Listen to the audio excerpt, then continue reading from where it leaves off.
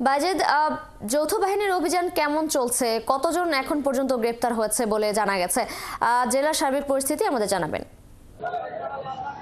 তৃষা, আসলে যে যৌথ বাহিনীর যে অভিযান চলছে সেটি পুরো যোগে রংপুর বিভাগে কিন্তু চলছে একসাথে।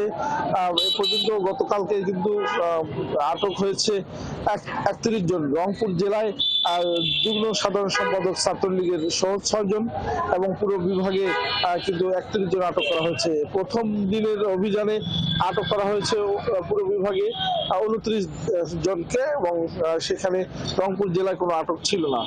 আর এই 2 দিনের অভিযানে 60 জনকে আটক করা হয়েছে। আর গতকালকে রাতে যে অভিযান চালিয়েছে সেটি কিন্তু এখনো হিসাবে আমরা পাইনি, হয়তো 10টা-11টার মধ্যে সেই তথ্য আমরা পাবো। তবে তৃষা, আপনাকে জানিয়ে রাখছি যে যৌথ বাহিনীর যে অভিযান সেটি একেবারে সুনির্দিষ্ট ভাবে যারা জড়িত এবং যাদের নামে মামলা আছে এবং যারা সামাজিক যোগাযোগ মাধ্যমে অপপ্রচার এবং গুজব চালাচ্ছে তাদের কে টার্গেট করে কিন্তু অভিযান চলছে। এই অভিযানে থাকা একজন কর্মকর্তার সাথে কথা বলে আমি জানতে পেরেছি। পাশাপাশি এটি নিয়ে কিন্তু সাধারণ মানুষের মধ্যেও কথা রয়েছে। বিশেষ করে 3 এবং 4 আগস্ট রংপুর সহ বিভিন্ন জায়গায় যেগুলো দেশীয় অস্ত্র ব্যবহার হয়েছে এই অস্ত্রগুলো উদ্ধারের দাবি জানানো হয়েছে।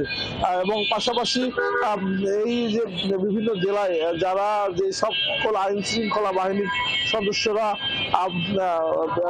যারা অস্ত্র উঁচিয়ে সরাসরি ছাত্রদের উপর গুলি করেছে তাদেরকেও কিন্তু আইনের আওতায় নিয়ে আসার দাবি জানিয়েছে সাধারণ মানুষ। তবে এটিও বলছে যে কোনো নিরপরাধ যাদের বিরুদ্ধে কোনো অভিযোগ নেই, যারা একদম মাঠ পর্যায়ে যাদের বিরুদ্ধে কোনো ধরনের অনিয়ম দুর্নীতি বা তাদের নাশকতার সাথে জড়িত নেই তাদেরকে যেন হয়রানি করা না হয় সেটি কিন্তু সাধারণ মানুষ বলছে। পাশাপাশি এই অভিযানে যেন অস্ত্র উদ্ধার করা হয় সেটি কিন্তু নিয়ে সাধারণ মানুষ কথা বলছে।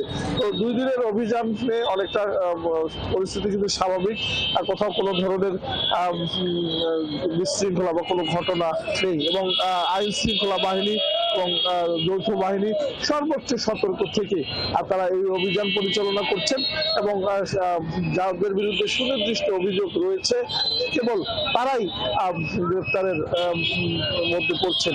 তো এই ছিল ডেভিল হান্টের যে যৌথ বাহিনীর অভিযান দেশব্যাপী রংপুরের তথ্য। তৃষা। বাজিদ, ধন্যবাদ আপনাকে। দর্শক, রংপুর থেকে অপারেশন ডেভিল হান্টের যৌথ বাহিনীর অভিযান সম্পর্কে জানাচ্ছিলেন আমাদের সহকর্মী শাহবাজিদ আহমেদ।